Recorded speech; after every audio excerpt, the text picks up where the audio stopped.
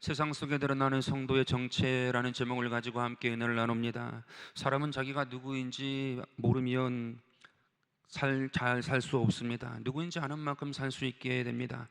정체성이 흔들리면 삶도 흔들리고, 내가 누구인지 모르면 무엇을 해야 하는지도 모릅니다. 그래서 성도에게 중요한 질문 중에 하나는 무엇이냐? 내가 누구이냐입니다. 오늘 본문은 이 질문에 답을 주는데, 본문을 요약하면 이렇습니다. 예수님의 제자들을 부르셔서 귀신을 제어하고 병을 고치는 능력과 권위를 주셨고, 이에 제자들이 복음을 전하고 병든 자를 고치자 헤롯이 그 소식을 듣게 됩니다. 이 사람이 누구냐? 곧이어 제자들은 오병이어의 기적을 경험했습니다. 누가복음 9장 16절인데요. 예수께서 떡 5개와 물고기 2마리를 가지사 하늘을 우러러 축사하시고 떼어 제자들에게 주어 무리에게 나누어 주게 하시니 먹고 다 배불렀더라. 그 남은 조각을 12바구니에 거두었다 말씀하고 있습니다. 제자들은 주님의 능력과 권위만 경험한 것이 아니라 하늘의 위로도 경험하게 됩니다. 주님은 이때 마지막으로 이렇게 물으셨습니다. 20절인데요. 너희는 나를 누구로 하느냐? 베드로가 대답합니다. 하나님의 그리스도이십니다 라고 답합니다. 오늘 저는 이 내용을 가지고 설교하고자 하는데, 이 내용을 한 줄로 요약하면 무엇일까요? 요약하면 어떻게 될까요? 한마디로 말하자면 성도의 정체가 무엇인지를 보여줍니다. 그래서 오늘 설교의 제목이 무엇이냐 하면 세상 속에서 드러나는 성도의 정체입니다. 오늘 이 주제를 가지고 함께 살펴보고 은혜를 받고자 합니다. 첫째로 성도의 정체는 주님의 권위로 보냄을 받은 자입니다. 1절을 다시 읽는데요. 예수께서 12제자를 불러 모으사 모든 귀신을 제어하며 병을 고치는 능력과 권위를 주셨다 말씀하고 있습니다. 여기서 중요한 것은 무엇이냐? 제자들이 원래 능력 있는 사람들이 아니었다는 사실입니다. 그들은 갈릴리의 평범한 사람들로 어부와 세리였고, 성격이 급한 사람, 의심이 많은 사람, 심지어 나중에 예수님을 배반하는 사람도 있습니다. 그런데 예수님은 그런 사람들을 제자로 부르셨고 그들에게 능력과 권위를 주셨습니다. 이것이 성도의 정체입니다. 성도는 원래 대단해서 쓰임받는 것이 아니라 주님께 부름받았기 때문에 존귀한 사람이고, 주님의 능력과 주님의 권위 때문에 쓰임받는 것입니다. 여기서 능력은 귀신을 제어하고 병자를 고치는 실제적인 힘을 말합니다. 근데 예수님은 능력만 주신 것이 아니라 권위를 주셨습니다. 여러분, 권위란 무엇일까요? 권위는 능력과 달리 자격을 말합니다. 다시 말하면 내 힘이 아니라 나를 보내신 분의 위임받은 자격을 말하는 것입니다. 예를 들면 도로의 교통신호등은 불이 나가면 아무런 소용이 없어요. 흉물일 뿐입니다. 그러나 불이 들어오면 빨간색일 때는 서야 하고 파란색일 때는 가야 합니다. 교통순경이 아무리 나보다 나이가 어린다 할지라도 이리 오라고 손짓하면 가야 합니다. 그에게 위임받은 권위가 있기 때문에 그렇습니다. 자격이 있기 때문에 그렇습니다. 성도의 권위도 그렇습니다. 성도가 완벽해서 귀신이 떠나가는 게 아니고요, 성도가 대단해서 병을 고치는 것이 아닙니다. 성도가 예수님께 속하였고 예수님께 보낸 사람이기 때문에 귀신이 떠나가고 병든 자가 고침받는 것입니다. 그래서 성도의 정체성은 예수님에게서 나옵니다. 제가 어릴 적에 여론수련회에서 이러한 교육을 받았던 기억이 있어요. 자세를 바르게 하라. 허리를 펴고 눈은 15도 각도로 들고 또 빨리 걸으라고 이야기했습니다. 그 훈련을 했어요. 당당하게 걸으라는 것입니다. 왜 그렇게 하라는 것입니까? 너는 하나님의 자녀라는 거예요. 그 모습을 가지고, 자격을 가지고 당당하게 살라라는 것이었습니다. 요한복음 1장 12절로 이렇게 말합니다. 영접하는 자 곧 그 이름을 믿는 자들에게는 하나님의 자녀가 되는 권세를 주셨다고, 권위를 주셨다고 말씀합니다. 성도는 하나님의 자녀가 되는 권세를 받은 사람으로, 이 권세는 우리가 만들어낸 것이 아니고 하나님이 주신 거예요. 은혜로 주신 거예요. 선물로 허락하신 줄 믿습니다. 마태복음 28장에서도 부활하신 예수님이 제자들에게 이렇게 말씀하세요. 18절인데요. 이르시되 하늘과 땅의 모든 권세를 내게 주셨으니, 하나님이 예수님께 주셨다는 것입니다. 그러므로 너희는 가서 모든 민족을 제자로 삼으라고 말씀하십니다. 여기서 주목할 것은 무엇이냐 하면 순서인데, 먼저 예수님과 하늘과 땅의 모든 권세가 있대요. 권위가 있대요. 그것을 제자들에게 주셨고, 제자들이 그래서 나아가게 된 것입니다. 제자들에게 권세가 많은 것이 아니라 예수님께 모든 권세가 있으니 가게 된 것입니다. 그러므로 성도의 정체는 이것입니다. 내 능력이 아니라 예수님의 능력과 권위로 보냄받은 사람입니다. 그것이 성도의 정체입니다. 특별히 누가복음은 예수님의 권위를 계속해서 말씀하는데요, 4장 32절에 보면 그들이 그 가르치심에 놀랍니다. 왜냐하면 그 말씀이 권위가 있었기 때문입니다. 또한 36절에서는 다 놀라 서로 말하여 이르되 이 어떠한 말씀인고 권위와 능력으로 더러운 귀신을 명하며 나갔다라고 말합니다. 또한 5장 24절에서도 말씀하기를 인자가 땅에서 죄를 사하는 권세가 있는 줄을, 권위가 있는 줄을 너희로 알게 하려 하리라. 아멘. 예수님께 모든 권위가 있대요. 모든 권세가 있다고 말씀하고 있습니다. 말씀의 권위가 있고요, 귀신을 제어하는 권위가 있고요, 죄를 사하는 권위가 있고요, 풍랑을 물리치는 권위가 있다라고 말씀하고 있습니다. 오늘 우리가 이러한 주님을 모시고 사는 자인 줄로 믿습니다. 그것이 우리의 정체인 줄로 믿습니다. 오늘 그 주님을 의지하고 나아가는 저와 여러분 되기를 주의 이름으로 축원드립니다. 우리의 권위는, 우리의 능력은 오직 주께로부터 오는 것입니다. 이 사실을 기억하고 나아가는 은혜가 있게 되기를 바라겠습니다. 그러니 우리의 기준은 예수님이에요. 우리의 기준은 예수님이기 때문에 예수님께 모든 권위가 있음을 기억하고 믿음으로 행하는 하나님의 귀한 백성 되기를 주의 이름으로 축원드립니다. 그런데 오늘 본문을 보니까 능력과 권위를 주신 예수님이 이상한 명령을 하세요. 3절을 보니까 여행을 위하여 아무것도 가지지 말라라고 말씀하고 있습니다. 여러분, 있으면 좋지 않습니까? 가지고 있으면 더 좋은 거 아니에요? 구체적으로 보면 지팡이도, 배낭도, 양식도, 돈도, 두벌옷도 가지지 말라고 말씀합니다. 아니, 왜 예수님께서는 이렇게 이상한 명령을 하신 것일까요? 있으면 유용하지 않을까요? 이렇게 말씀하신 이유는 무엇일까? 우리에게 주신 주님의 능력과 권위가 모자르지 않기 때문에 그렇습니다. 결코 부족하지 않기 때문에 그런 거예요. 성경을 보니까 하나님께서는 늘 이런 방식으로 일하셨습니다. 하나님께서 모세를 부르셨을 때 모세는 자신을 보지요. 내가 누구에게 바로에게 가리이까? 나는 입이 뻣뻣하고 둔한 자입니다. 모세는 부족한 자신을 보았습니다. 그러나 모세에게는 하나님의 권위가 있었습니다. 출애굽기 3장 14절인데요, 스스로 있는 자가 나를 너희에게 보내셨다 하라. 하나님의 권위가 너에게 있다는 거 말씀하고 있는 것입니다. 그것을 기억하고 나아가라는 이야기입니다. 모세의 권위는 자신이 아니라 하나님께 있었습니다. 다윗도 마찬가지이지요. 골리앗 앞에 선 다윗은 갑옷도, 칼도, 창도, 전쟁 경험도 없었습니다. 그러나 다윗이 이렇게 말합니다. 너는 칼과 창과 단창으로 내게 나아오지만 나는 네가 모욕하는 만군의 야훼의 이름으로 나아간다라고 명했습니다. 다윗은 알았어요. 나에게 하나님의 권위가 있다, 하나님의 능력이 있다, 그 힘을 가지고 나아가는 것이다. 그러니 너를 이길 수 있다라고 선포하고 나아간 것입니다. 사도행전 3장에서는 베드로와 요한이 성전 미문에 앉은 안진병에게 이렇게 선포했습니다.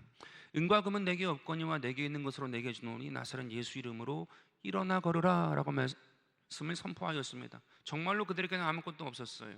그러나 그들에게 있던 것이 있는데 권위가 있었습니다. 권위를 가지고, 자격을 가지고 선포하니 능력이 나타난 것입니다. 권위로 옷을 입으니 그 자격을 가지고 행하게 된 것입니다. 오늘 저와 여러분의 삶 가운데에 능력과 권위에 주님께 부여받은 그 은혜가 나타나게 되기를 바라겠습니다. 주님께서 나와 함께 하시면 그 권위가 있는 거예요. 그 능력이 있는 거예요. 그것을 기억하고 나아가는 하나님의 귀한 백성 되기를 바라겠습니다. 그래서 당당하게 위풍 있게 긍정적으로 나아가게 되기를 바라겠습니다. 왜냐하면 내 기준은 예수님이에요. 내 기준은 예수님이 내 삶 가운데 기준이기 때문에 절대적으로 긍정일 수밖에 없습니다. 또한 위풍당당할 수밖에 없습니다. 왜냐하면 예수님께서 그렇게 행하셨고 성령님이 그것을 우리 가운데 알게 하시고 깨닫게 하시고 살게 하시기 때문입니다. 당당하게 행하는 하나님의 귀한 백성 되기를 바라겠습니다. 근데 이런 설교를 하게 되면 종종 이러한 생각을 하고 이렇게 말하는 분들이 아주 가끔 있습니다. 목사님, 세상 물정 모르는 소리 하지 마세요. 돈이 있어야 하고 배경이 있어야 하고 사람이 있어야 합니다. 그런 것 없이 이루어지는 거 본 적이 있습니까? 다 뜬구름 잡는 소리입니다. 저도 예전에 그런 생각을 해본 적이 있습니다. 하나님도 물론 이런 것들을 도구로 사용하십니다. 그러나 성도의 정체성은 그런 것에서 나오는 것이 아닙니다. 예수님의 권위에서 나오고 예수님께 받았다라는 사실에서 나오는 줄로 믿습니다. 예수님이 기준이니까요. 예수님께 속하였고 예수님께서 부르셨고 예수님께서 보내셨으니 예수님의 권위와 능력으로 나아가는 것입니다. 오늘 저와 여러분의 삶 가운데에 그러한 은혜가 나타나게 되기를 바라겠습니다. 두려워서 뒤로 물러가지 마세요. 자꾸 비천하게 생각하지 마세요. 자꾸 자기 스스로를 깎지 마세요. 오늘 주님을 바라보고 권위로 옷 입었고 능력으로 나아가는 하나님의 귀한 백성 되기를 주의 이름으로 축원드립니다. 그러므로 성도는 자기 힘으로 사는 사람이 아니라 예수님의 권위로 사는 사람입니다. 이것이 성도의 정체입니다. 우리 모두가 주님의 능력으로 주님의 권능으로 사는 주의 백성 되기를 주의 이름으로 축원드립니다. 둘째로 성도의 정체는 빛으로 드러나는 존재입니다. 제자들이 나가서 복음을 전하고 병을 고치자 이 소식에 헤롯에게까지 들어갑니다. 7절을 보니까 분봉왕 헤롯이 이 모든 일을 듣고 심히 당황하지요. 이 장면을 그냥 지나치면 안 돼요. 굉장히 중요한 장면인데, 왜냐하면 제자들은 그냥 빈손으로 마을을 다니면서 복음을 전하고 기도했을 때 병든 자가 나음 받았습니다. 그런데 이 소식이 왕궁에게까지 전해진 것입니다. 어떻게 왕궁까지 알려진 것일까요? 헤롯은 왜 놀라게 된 것일까요? 그 이유는 빛은 감추어지지 않기 때문에 그렇습니다. 성도의 정체가 드러나면 신기하게 어둠이 반응합니다. 어떻게 알았는지 어둠이 반응하는 거예요. 헤롯은 왕궁에 있었고 군사도 있었고 명령도 할 수 있는 사람이었지만 그의 마음에는 평안이 없었습니다. 불안했고 두려웠고 어두웠습니다. 왜냐하면 그가 침례 요한을 죽였기 때문이지요. 왕궁의 사람들이 말합니다. 7절인데요. 어떤 사람은 요한이 죽은 자 가운데 살아났다고도 하며 어떤 사람은 엘리야가 나타났다고도 하며 어떤 사람은 옛 선지자 한 사람이 다시 살아났다라고도 이야기합니다. 그런데 헤롯은 말해요. 9절에 요한은 내가 목을 베었거늘 이제 이런 일이 들리니 이 사람이 누구냐 하며 당황해합니다. 두려워합니다. 헤롯은 자신의 권위로 요한의 목을 베었지만 불안해요. 마음이 어둡습니다. 그러나 제자들은 예수님의 능력과 권위로 아무것도 가지지 않았지만 병든 자를 살리고 눌린 자를 자유케 했습니다. 화납니다. 빛이 임합니다. 제자들은 빈손으로 마을을 다녔지만 그들은 어둠을 밝히는 빛이었습니다. 여러분, 이것이 성도의 두 번째 정체입니다.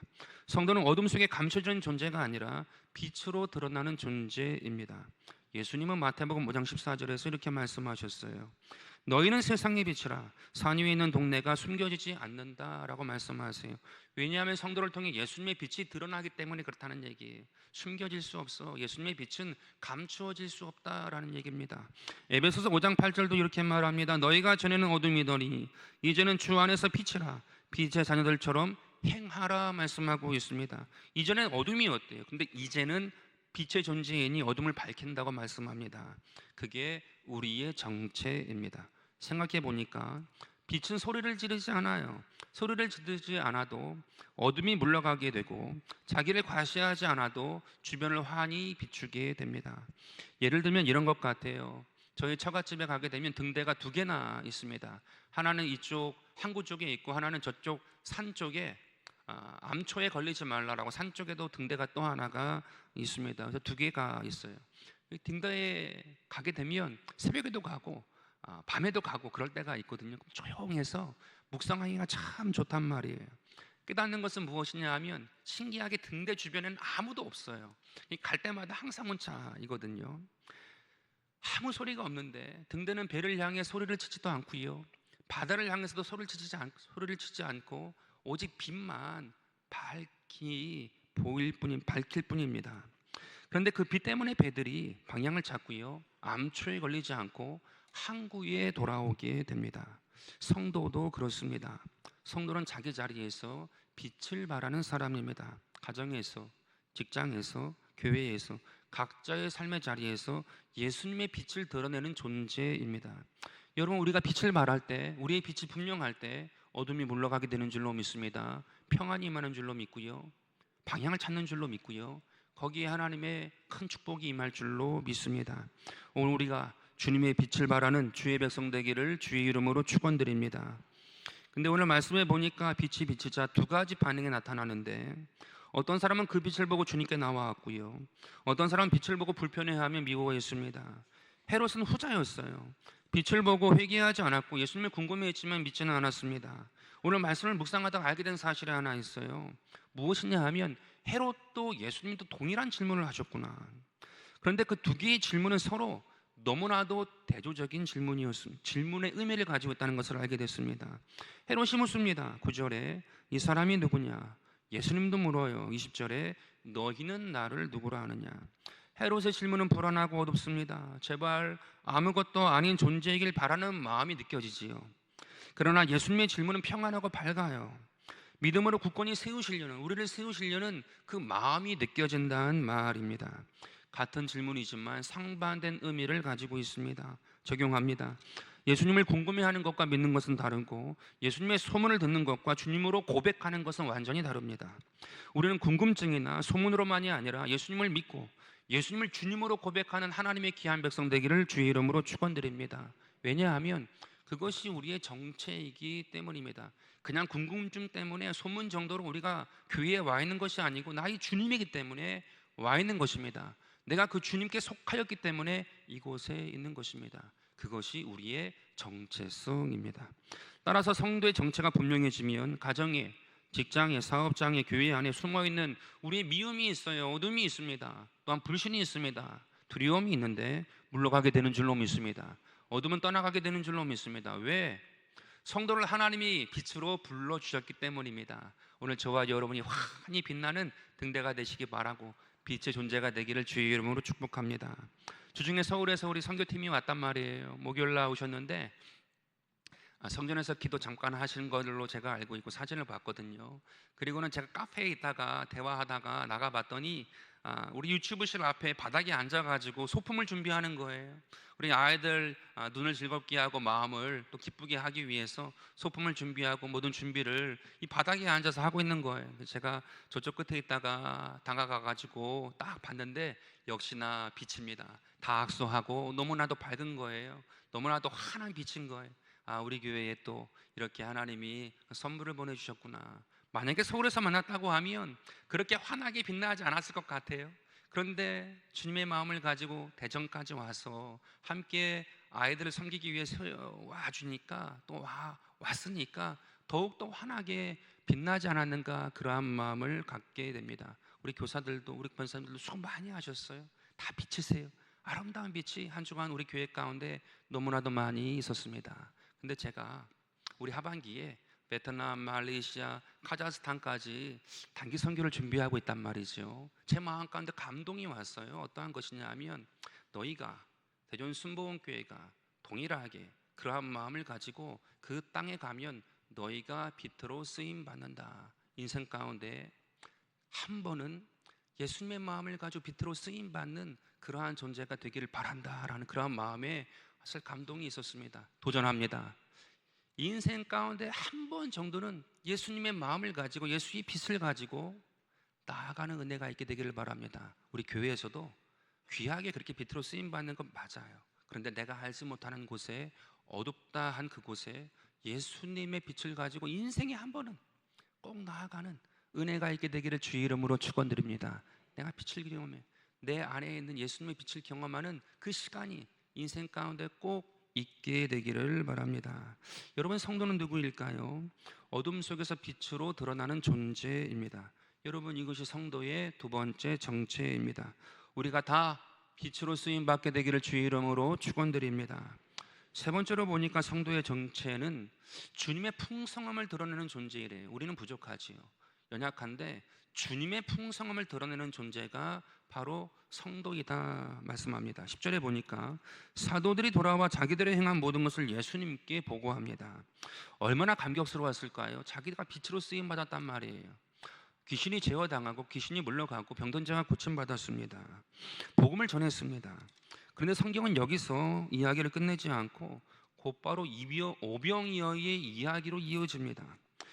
왜냐하면 그 이유가 무엇이냐? 성도는 하나님의 능력을 경험하고 체험하는 것에서 끝나는 것이 아니라 주님의 풍성함을 드러내는 데까지 나아가야 하기 때문에 그렇습니다. 오늘 본문에 보니까 무리가 예수님을 따라왔고 예수님은 그들을 물리치지 않으셨습니다. 복음을 전하고 병든 자를 고쳐주셨어요.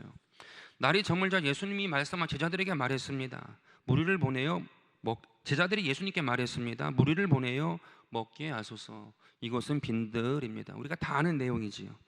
그러자 예수님께서 이렇게 말씀하십니다. 너희가 먹을 것을 주라. 여러분, 제자들이 지금 누구입니까? 조금 전까지 귀신을 제어했고요, 병든 자를 고쳤고요, 놀라운 능력을 경험했습니다. 대단한 상태이지요. 대단한 존재가 되었어요. 그런데 5천 명이 넘는 무리를 보자 제자들이 예수님께 이렇게 말합니다.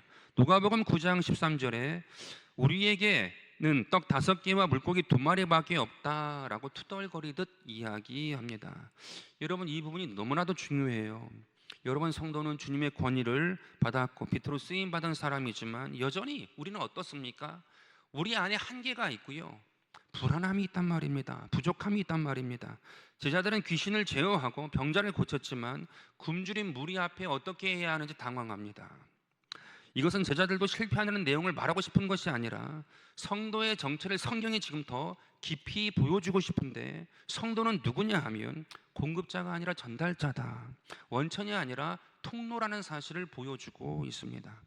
우리는 사역을 하다 보면 착각할 때가 많아요. 조금의 열마만 있어도 우쭐해집니다. 아, 내가 능력이 있는가 보다 라는 생각을 할 때가 많이 있습니다. 그게 우리예요. 그게 나의 모습입니다.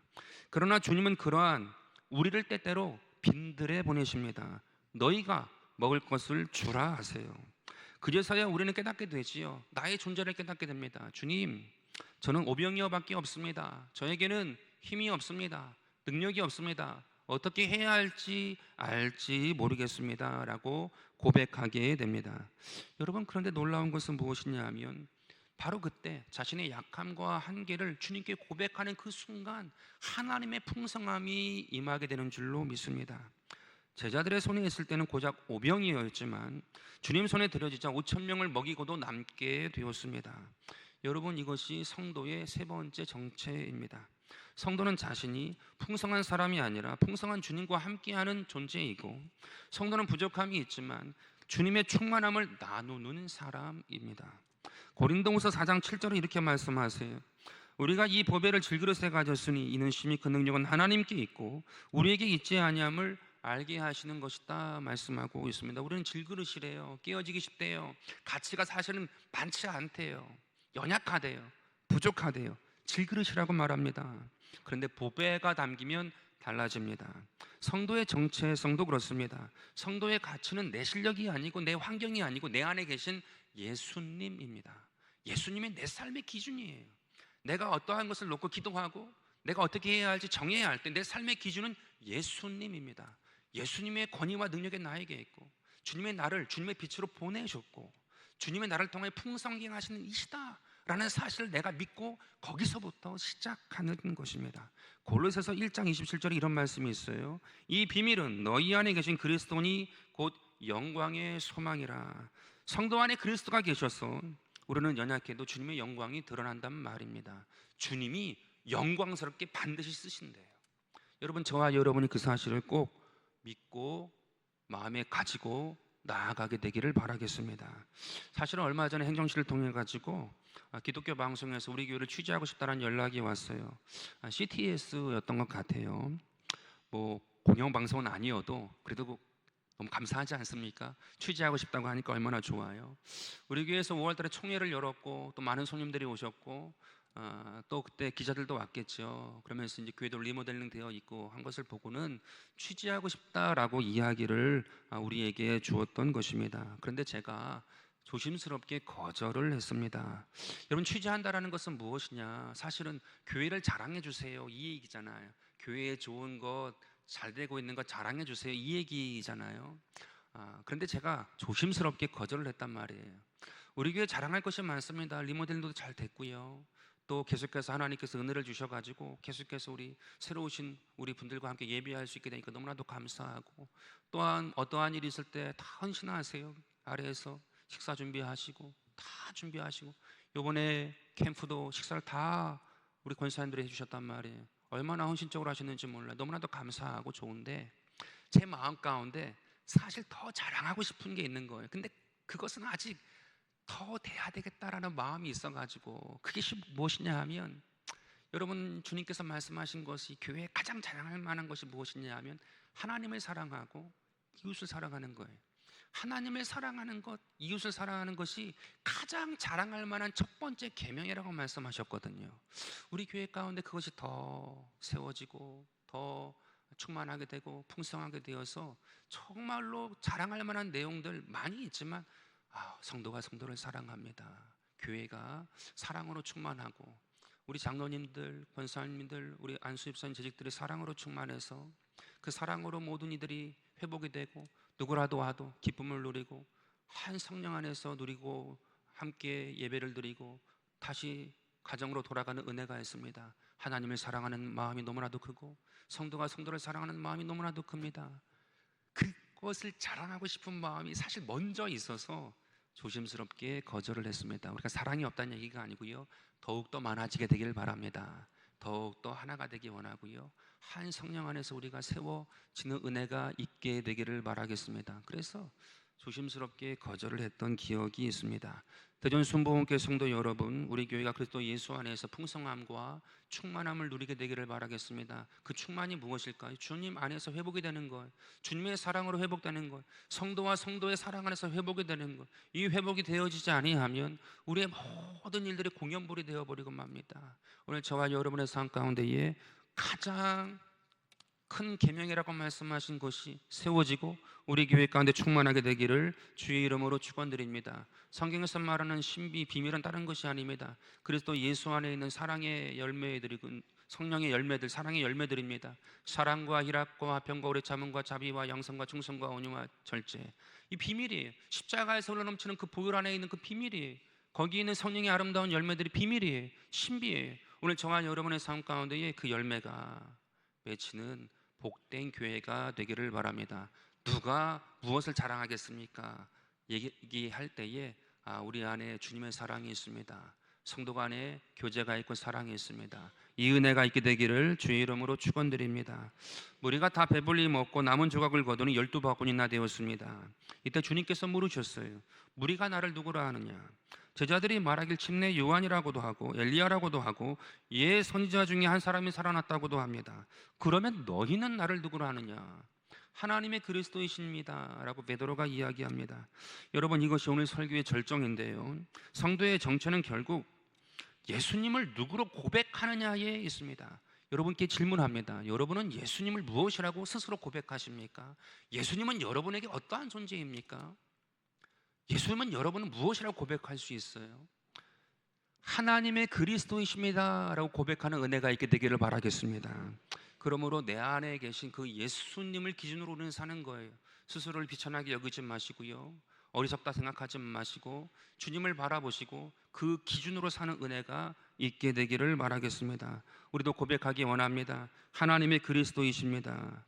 이것이 왜 중요한가 하면 주님께서 내 삶의 기준이 되시기 때문에 주님께서 나에게 주신 능력과 권위로 쓰임받는 것이고, 주님 때문에 내가 주님의 빛으로 쓰임받는 것이고, 주님이 내 삶 가운데 풍성함이 되셨기 때문에 그 풍성함을 나누는 존재가 되었기 때문에 그렇습니다.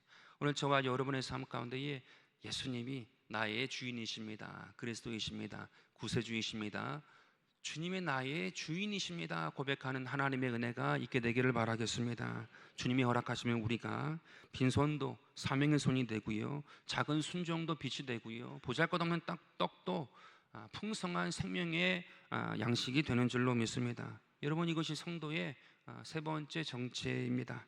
우리 모두 내 자신이 아니라 주님을 바라보고 주님의 능력과 권능을 가지고 주님의 빛에 되어 쓰임받고 주님의 풍성함을 가지고 나아가는 하나님의 귀한 백성 되기를 주의 이름으로 축원드립니다. 그래서 하나님의 영광을 경험하고 하나님의 은혜를 경험하고 내 삶 가운데에 하나님의 은혜와 영광이 항상 함께하여서 삶의 아름다운 열매를 맺고 하나님께 기쁨으로 쓰임받고 영광스럽게 살아가는 하나님의 귀한 백성 되기를 주 예수 이름으로 축원드립니다.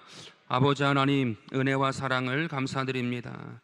이 시간 우리가 누구인지 우리의 정체를 알게 하시고 말씀을 통해 깨닫게 하시니 감사드립니다.